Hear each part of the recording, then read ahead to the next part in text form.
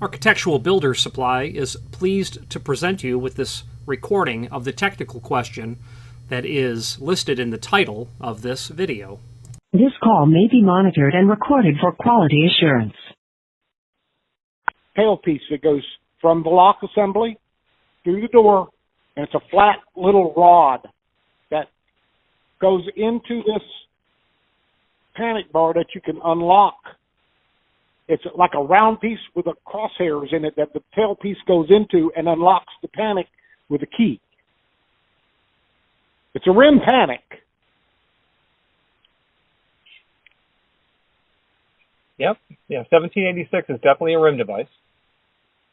And then on the back side, but the opposite, the push side, on the back side, there's a round looking, looks like size of a pencil, end of a pencil, maybe a little bit bigger. Yeah, and it's got little crosshairs in it, like little, plus signs. like an X in it. That's where and you the tailpiece goes into it from your rim cylinder. Okay, what's the question about that? It may be opinion here. I don't know what it's called, but I know what it is. Okay. Well, if you had a picture of that, I could look at it, and then I could make sure we get the right one. Well, that part's not not available as a standalone product. You started now? That part, the part we're talking about, the plus sign, the crosshairs, you can't buy that alone. No, I don't need that. I want the whole 9 yards. So why are we talking about that part? Because them the dummies at Burger King didn't like what I told them before, and they said they would handle it. They found some on the internet for like $220, and they're just regular plain rim panic devices with no way to get the tailpiece in there. That's why. Yeah, I understand. You know what I'm saying? We can't. And I've been playing around, and I sent it off to a locksmith, and I guess he's been dragging his feet, because on the internet I found you guys, and I found 7 of them, and he told me they didn't have them. Put them in his car, and he can't get them. Well, so us not having these panics would be like going to Burger King and not getting a Whopper. They ain't very smart, man. I mean, I replaced, I call it the dogging key inside, the internal dogging key. Yeah. They want $20 some odd an hour to flip a burger, but they're not smart enough to use the Allen key because they lose it, or they use a screwdriver and they strip them out. I bet I do 3 or 4 a month, because I do Burger Kings and McDonald's in Fayetteville. Yeah. I mean, I've driven like an hour from here just to replace them. Yeah. I mean, they're not very smart people, but So what you're saying is you want to see what the back of that looks like to verify that against what you have? That's right. Okay, hang on. Okay, so I don't have access to a photograph right now, but I can get a photograph of it. It's going to take me a couple of days to get that exit device where I can photo it. Do you want us to do that? I mean, but you say it has it, correct? Oh, absolutely it does. Otherwise, you can't get in. A panic device ain't no good. A panic device is good if you can get out, but it's better if you can get in. What you just told me is they put the other one on there, and then they figured out they couldn't get in the building. I think they locked their asses out of the building. Yeah. Well, they have 2 doors, so that they did it on one door, and then they figured out they couldn't get in, so they were like, well, I think I got the wrong part. Yeah. And like I said. Yeah, I guarantee you it's going to have the ability to take a rim cylinder. Okay. All right. If you got a drawing on it or anything, I don't need a picture. If you got a drawing, that'll be fine. The only thing I have is the parts diagram for the device, and they don't call that part out because it's just not shown. Now, we'll send you everything. Well, actually, let's look at the installation instructions. The installation instructions don't show you the plus sign item, but it shows you how you install the rim cylinder. So we'll send that over to you, and you'll just have to tell your customer trust and faith that it's going to come with that, because, like I said, they're good if you can get out, they're better if you can get in. So we'll send that to you. Yes.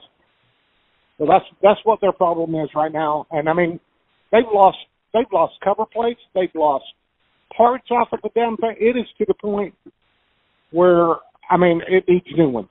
I can't even take one and make one work. Well, yeah, I mean, you know, I've been to those places as much as anyone else, and I think about how many times a day that door is used. It's a miracle that they last for as long as they do. Yeah. Oh, yeah. I mean, like I said, how the hell do you lose the cover caps? I don't understand that. Well, you know, that's vandalism. You know, I'm talking about the flat plates. You know, yeah. The cover, and the end cap is still there. Where the hell did it go? So somebody got the end cap off to remove the cover and put the end cap back on. Yeah, I mean, where'd it go? Well, no, I said, anybody played with this? No. And you see, again, I'm a glass shop, so I'm not a certified locksmith. See what I'm saying? So there comes a fine line there where you have to be certified in the state of North Carolina to work on rim panics. You know? Yeah, that's no, I do know what you mean. I've taken the CRL mandatory lock, and I've taken the PRPs to get to CPL. So yes, I do know what you're talking about. And I mean, if I put in a brand new set of storefront doors and the damn thing don't work, I'm allowed to work on it. But then after that, I'm not allowed to touch it. Well, just say, you know what I mean? Yeah, I do. I mean, God forbid if the damn thing don't open and I had a fire. You know, it's my butt. You know? Well, the truth of the matter is it is. So you got to be careful. You know, that's right. Smart. You got to be smart. Terry, I appreciate it. If you'll send me that information, we'll go from there. Okay? Thank you, sir. Thank you, buddy. Bye. Architectural Builders Supply hopes you have enjoyed this program. So I can't be sure of what the client was actually getting after, but clearly something wasn't working. And what I understood was, can you use a rim cylinder? Will this 1786 accept a rim cylinder? And let's just dive into it. So I have a 1786 on my desk. First of all, the installation instructions show a rim cylinder, but there is truly nothing like seeing it. So what the client's referring to, and I'll tell you, the 1686, the concealed vertical rod, that doesn't take a rim cylinder. There's no way it will. It takes only a mortise cylinder. So if you have a concealed vertical rod, this is not for you. So you've got actually on the back of the 1786 a couple of plus signs, and that's going to be because of the fact that the device is non-handed. So you're going to use one of these depending on the handing of the opening. Okay, so you just flip it over and there it is. Now I don't have a rim cylinder here, but it just, this is going to work. So let's turn it into put it into one of these. And that's how you would gain access with a rim cylinder. It works in either one of them. Turning it towards the latch is how it's retracted. So real easy. So now that we've demonstrated that simple concept that it will take a rim cylinder, let's look at the manufacturer's installation instructions. If you are enjoying this video, please click thumbs up or like, and also please consider subscribing to our channel. Let's move on to the rest of the video. So there is the back of the device. That image will be there for review. The front side, and this is basically showing this area here. This is all connected to the back of that driver, and that's what's going to pull the latch back, and that's why you've got to turn it in either clockwise or counterclockwise, depending on your orientation when you're staring at it. And then the little snippet from the installation instructions. So let's look at the actual device. It's a 1786. Kawneer has these 6-digit part numbers, and let's look at the root of what those 6-digit part numbers are first. We can click on the link here to get to the manufacturer's page, and then let's copy that part number with us. And then let's look at the 2019 parts or service manual is the one that I'm most familiar with. So we're going to just search for the 6-digit part number. And then you'll be able to see, okay, 1786. The 80 number is for a 3-foot door, 81 and 82 are for different door widths. The -17 is clear anodized aluminum. -29 is black. -40 is dark bronze. So there you go. That's how all that works. Now let's look at the device itself in terms of its installation instructions. Actually, before that, I mentioned in the call the parts drawing. And like I said, they don't show you the back of the unit, so it's really hard to know what's happening there.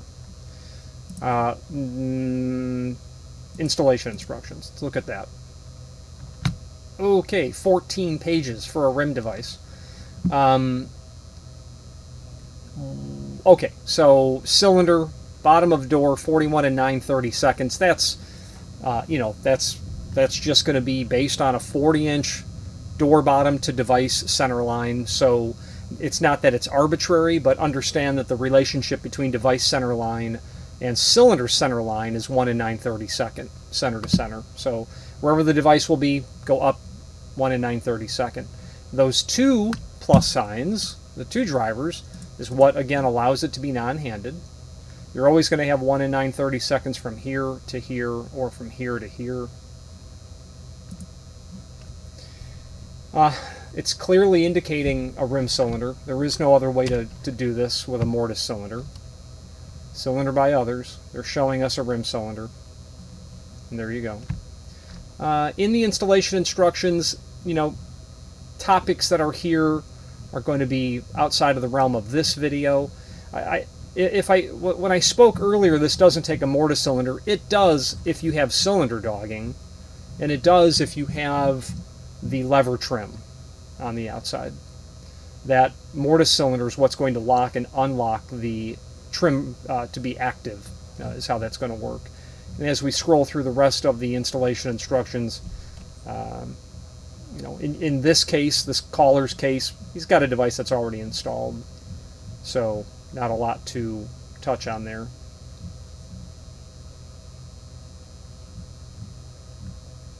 Mullion, yeah, very commonly going to be installed with a mullion. Frame portion stabilizers. This is what's going to keep the doors from being spread apart or spread open. A reasonable security device having, without a mullion and crossbars,